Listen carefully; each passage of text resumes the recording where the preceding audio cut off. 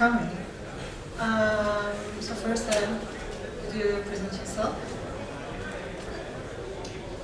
Hi everybody, my name is Jonathan Uram. I'm a partner at GKH Law Offices in Tel Aviv.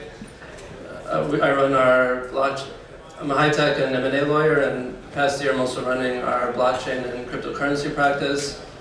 Our blockchain cryptocurrency practice encompasses the full spectrum of cryptocurrency-related ventures. ICOs obviously is a hot topic everybody's talking about. There's also a lot of exchanges cropping up in Israel of various sizes that we're working with, companies that advise coin offerings and ICOs, and also hedge funds that we're starting to see a wave of Israeli-focused hedge funds or venture capital funds that want to invest in cryptocurrencies. And we also have an active practice in those fields. My name is Roy Saar. I'm a partner at Mangrove Capital Partners. Before that, I've been an entrepreneur, before I moved like 4 years ago to the dark side. Mangrove Capital Partners is a Luxembourgish-based fund. We have a small Israeli office here. We were lucky enough to be the seed investor of Skype, and later on we were lucky to be on the first round of Wix in Israel and WalkMe and a few others. We dedicate like 25-30% of our investments to Israel. In the past couple of years, together with my partner Michael Jackson, who is on the board of blockchain.com, we've been very enthusiastic around blockchain, and we're involved in the space. We allocated several tens of millions of dollars for investment in blockchain. We started to do some investment in infrastructure play within the blockchain space. My name is Anthony Brovasoli. I'm a fintech partner at Hassan's International Law Firm in Gibraltar. And we've been very active in bringing about the new DLT regulations, which came into effect on the 1st of January of this year. Working with a lot of exchanges and token sale companies. Thank you. I'm Yana Rosenzweig, CEO of Blockchain Israel. We have so far 2,000 members in the community, and we're creating like 220 startups here in Israel that decentralized systems. My first question is related to the previous panel. How can regulation really impact the decentralized startups? Roy?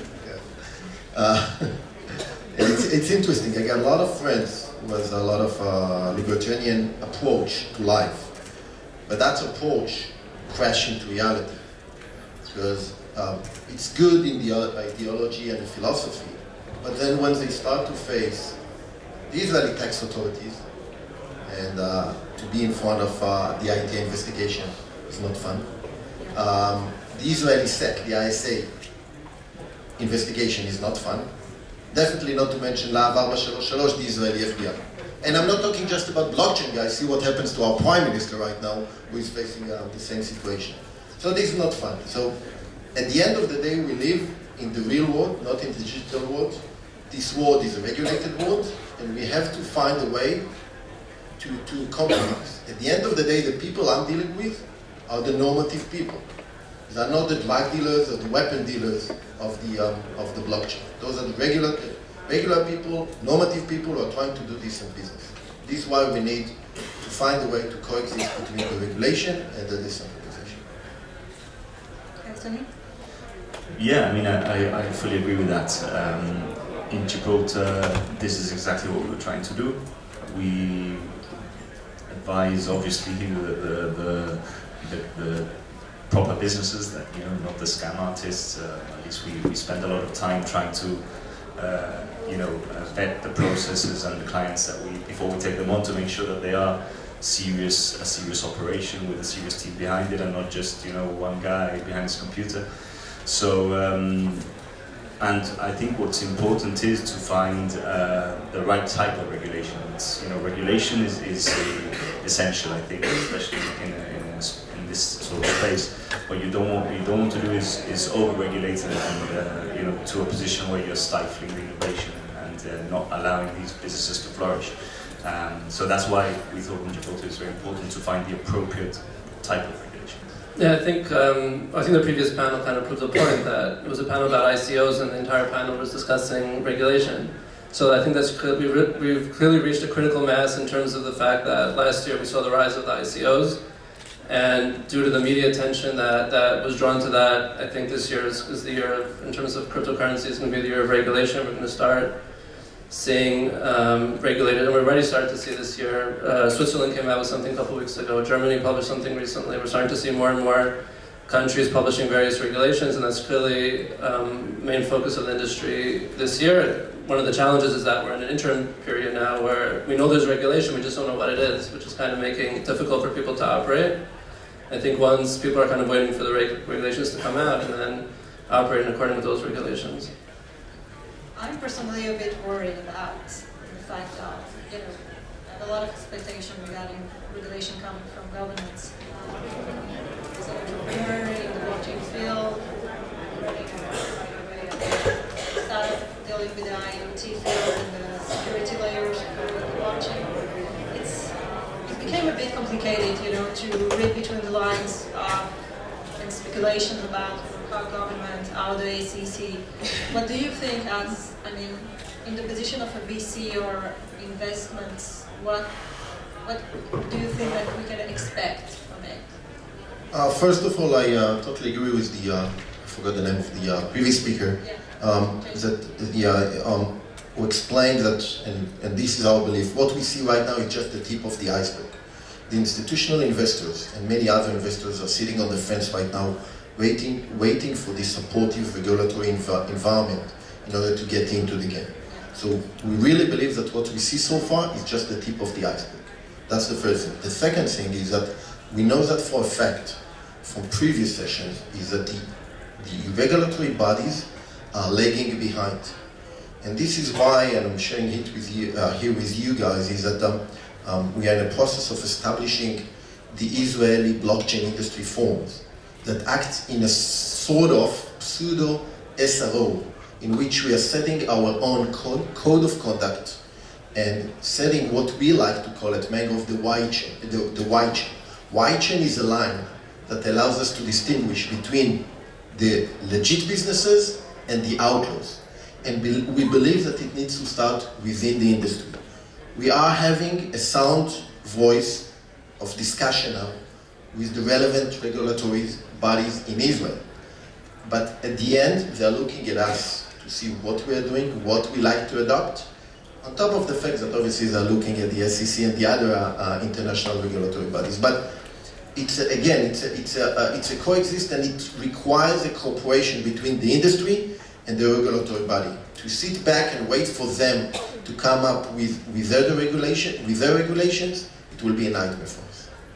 But again, the matter of most of the startups that we see here in Israel are regarding institutions. How are they legitimate to, you know, put the texts on the paper and decide for us? That's my real matter, actually. That's what I see. We have mountains of questions regarding ICOs, regulations, taxes, and you know how to deal with the big money. But the thing is that so far we have so much ICOs on the market. We have bases of tokens that are, you know, showing up. What we can today expect for the next few years, how to behave as a startup, how to behave as an authority. Where do you think the convergence will impact? That's my question. Anthony.